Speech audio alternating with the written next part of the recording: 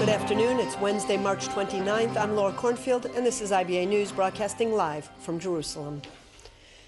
The government crisis over the fate of public broadcasting in Israel continues to remain unsolved. Prime Minister Benjamin Netanyahu and Finance Minister Moshe Kachlon are expected to meet a fifth time later today in another bid to resolve the coalition crisis. Earlier, the two met for a fourth time after their talks last night ended in deadlock. While today's meetings have yet to yield any results, they were said to have been held in a slightly more positive atmosphere.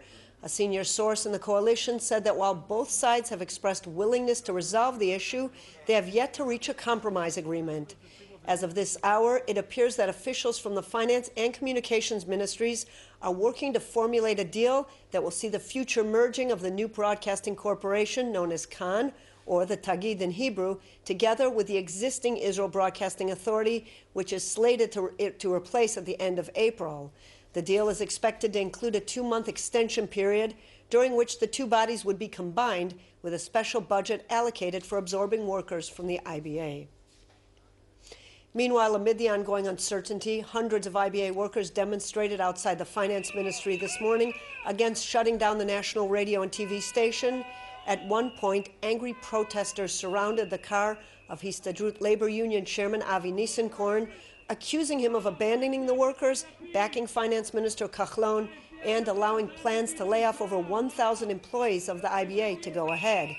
They also moved past police barricades to demonstrate in front of the Knesset. At least 2 IBA employees were detained by police. Demonstrations by IBA workers are expected to continue tonight in front of the home of Minister Kachlon in Haifa. And if the IBA is shut down, there are no plans to continue English TV news broadcasts in the new broadcasting corporation known as the Tagid. Liat Collins, editor of the international edition of the Jerusalem Post, told IBA's Ari O'Sullivan that it was imperative that Israel maintain an English-language TV broadcast. People really want to know what's going on here. They're thirsty for getting accurate information, something that they can rely on, something that they can understand in their own terms, that's come from Israel by Israelis in English. And it's, you know, somebody said it's like the BBC of Israel. It is. It's like the BBC of Israel. Leah, what's the importance of, or what's the biggest challenge that Israel faces when it comes to Hasbara? Well, obviously, one of the biggest challenges is actually getting our story across accurately and in full context, because you have a lot of news outlets covering what's going on in Israel, but they're covering it in a few bite-sized moments without any of the background and without sometimes the knowledge that goes with it coming from the country. It's a window. I see the IBA News as being a window on Israel, and it's news. I don't see it as being just Hasbara, as they say, just advocacy. It's actual news journalism, but it can give you the wider context for the good and the bad. So we've been getting tons of letters from immigrants and from tourists who are saying, please don't take off English news. I mean, what kind of blow would it be for them? I think that people, I think people actually do regulate their hours around their day around these broadcasts. I've seen that in my own family, and I see that I get also letters from readers all around the world who have also voiced their concerns about this. I think it's an anchor. It's something you want to have that link. It's almost like a tangible link to what's going on in Israel that you just can't get if you're tuning in on the BBC or Al Jazeera or Sky or Fox or any other channel. You're not going to get that same picture.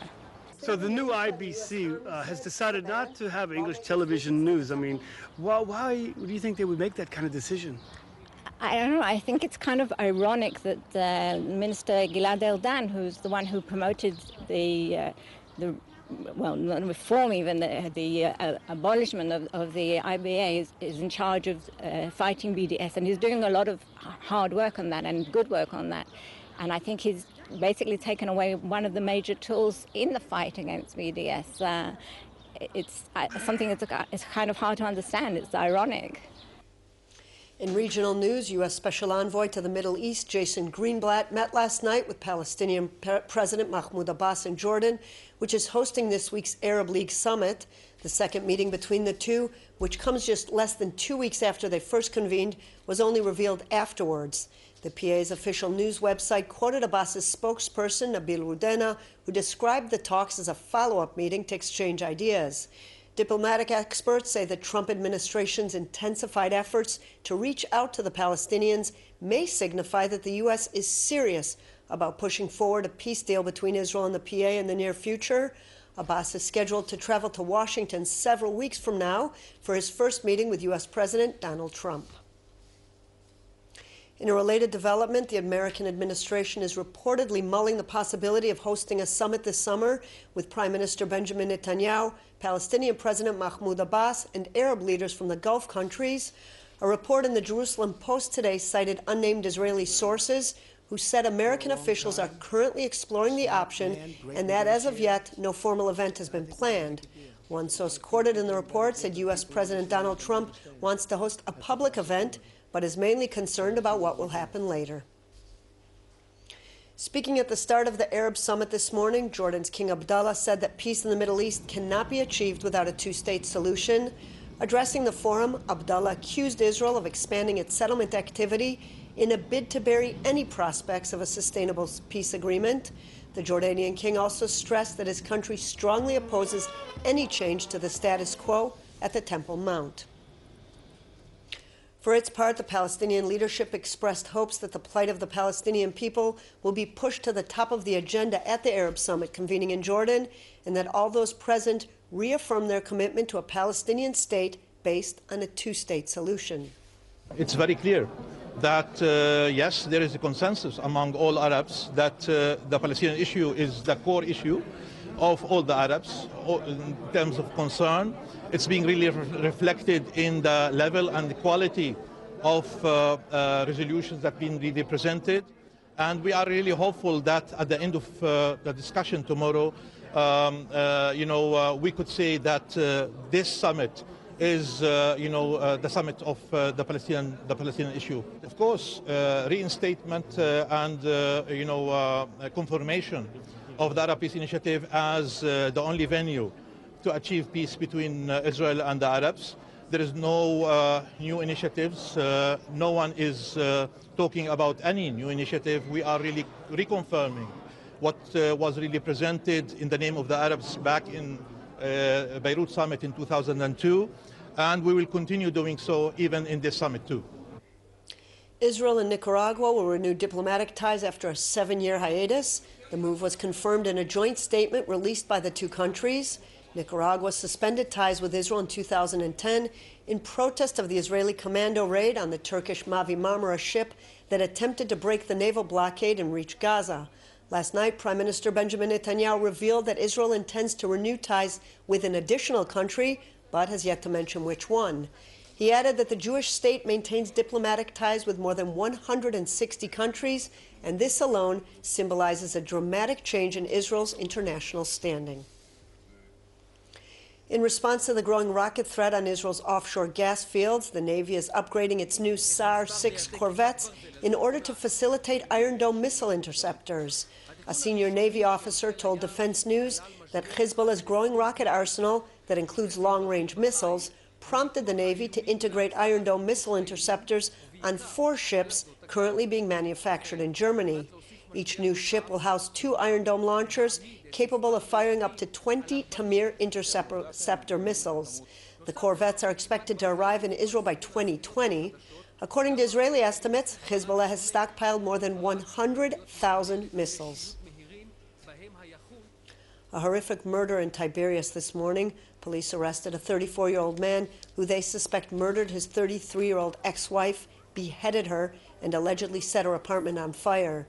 Police and emergency services were alerted after members of the public reported seeing smoke coming from the apartment and said a man was walking in the streets covered in blood, holding his ex-wife's head, which he later threw into a bin. The couple have no children and were recently divorced. Neighbors said the man underwent psychiatric treatment in the past. The city's welfare department said the couple were not known to them.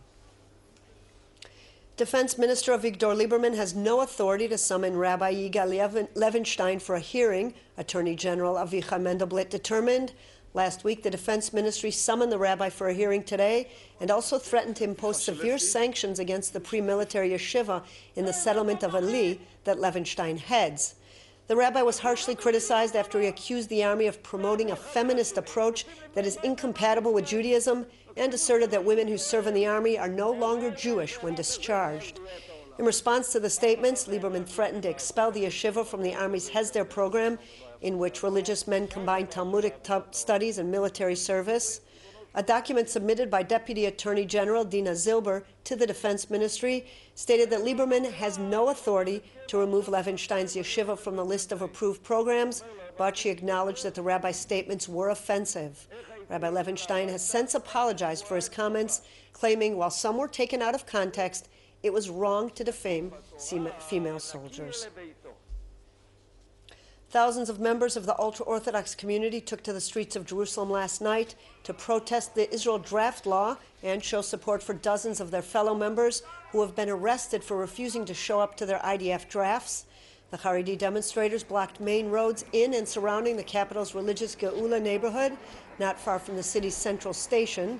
Protesters carried signs accusing the Israeli draft law as an attack on their religious freedom. During the mass event, demonstrators waved a big banner with a picture of Defense Minister Avigdor Lieberman alongside images of Stalin, Saddam Hussein, and Muammar Gaddafi. Compared to the violent Haredi protests in recent weeks, yesterday's demonstration was relatively calm and went by without any major incident. Well, what's the connection between an archaeological dig and the Nazi death camps in Europe? Jerusalem high school students excavating in Ramat Beit Shemesh are helping the Antiquities Authority uncover an ancient Jewish site, and the fees they are earning are funding their school trip to Poland. IBA's Ari O'Sullivan reports. 8 months ago, the Antiquities authorities were summoned to carry out a salvage dig on this hilltop in Ramat Beit Shemesh before a housing complex was built. Well, it seems someone beat them to it by about 2,000 years. We found all kinds of carved structures, silos, mikvehs, water cisterns that the people who lived here used. What period is it from? So it's second temple period, but we find hiding places from Bar Kokhba's period, and we know by the pottery and the finds that the settlement continued until the Bar Kokhba Mered. From the ritual baths, it's clear that this was a Jewish settlement during the time of the Second Temple. The houses are gone, their stones used by later residents, but their basements remain, and many contain mikvahs, or ritual baths. They also uncovered an underground tunnel network used by Jewish rebels in the Second Revolt against the Romans led by Shimon Bar Kokhba. The digs are continuing on the slopes. Students from Boyer High School in Jerusalem have left the classroom to help excavations. As we were there, they uncovered a mosaic of what could have been a Byzantine-era chapel. It's so interesting. I mean, it's crazy to think that I've been in Ramat Beit Shemesh so many times, and yet, you never even think about the history, so it's really cool to be able to... Have you discovered anything? Yeah, so we actually found, my group found, a piece of an oil lamp, and they said that it's from the time of the Second Temple, so it's really cool. Here, the students not only get their hands dirty from the Holy Land, but get a hand-on history lesson from the archaeologists. I think it's a new experience to get out of the class and learn outside, digging in the deep in the ground and discover many new things. I think it's a marvelous project. It's amazing. It's an amazing experiment. They love it. We teach them. They teach us. They have really good hands. We usually work with workers, but few months we're working with kids from all kinds of places, and it's a very nice experience. Do you think it bonds them to the land? Yeah, I'm sure it does. But this isn't the whole story. These youth who are digging up their ancient history will soon travel to Poland to uncover a more recent Jewish history, the Holocaust. Not all students can afford the trip. The Antiquities Authority recognized that they had a chance to connect Israel's ancient past with today and initiated this project. The money earned by the students will go to a fund to help pay for scholarships for their trip to Poland. So basically, we have a Poland trip at the end of the year, and we're trying to raise money for scholarships so that everyone who wants to go out to Poland will have the opportunity. The Antiquities Authority say they want to fund some 2,500 scholarships this year. And if this experiment works, this organization, which is digging up the past, will expand it in the future. Aryeh O'Sullivan for IBA News. Israel and Britain today began negotiations on a new free trade agreement between the two countries. Economics Minister Eli Cohen told Israel Radio that the UK's slated exit from the European Union requires formation of a new trade deal. Figures show that annual exports from Israel to Britain stand at $3.7 billion, with overall binational trade surpassing $10 billion. Britain is considered Israel's second largest trade partner after the U.S. British Prime Minister Theresa May yesterday signed the official letter that states the formal breaking away process from the European Union following a more than 40-year relationship. The UK has until the end of March 2019 to fully complete the process. In local money matters, shares were down in the Tel Aviv Stock Exchange while the shekel was mixed in foreign currency trading. Here are the numbers.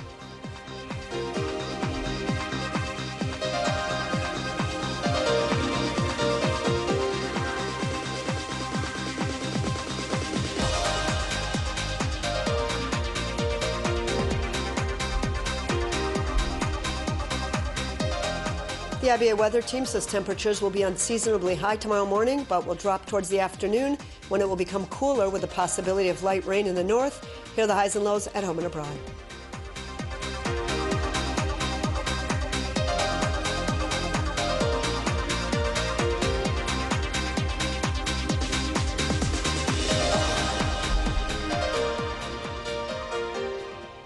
And that's all for this newscast. Join us again tomorrow, same time, same channel, when Yael Shir will be at this desk. Until then, I'm Laura Cornfield wishing you a good evening and shalom from Jerusalem.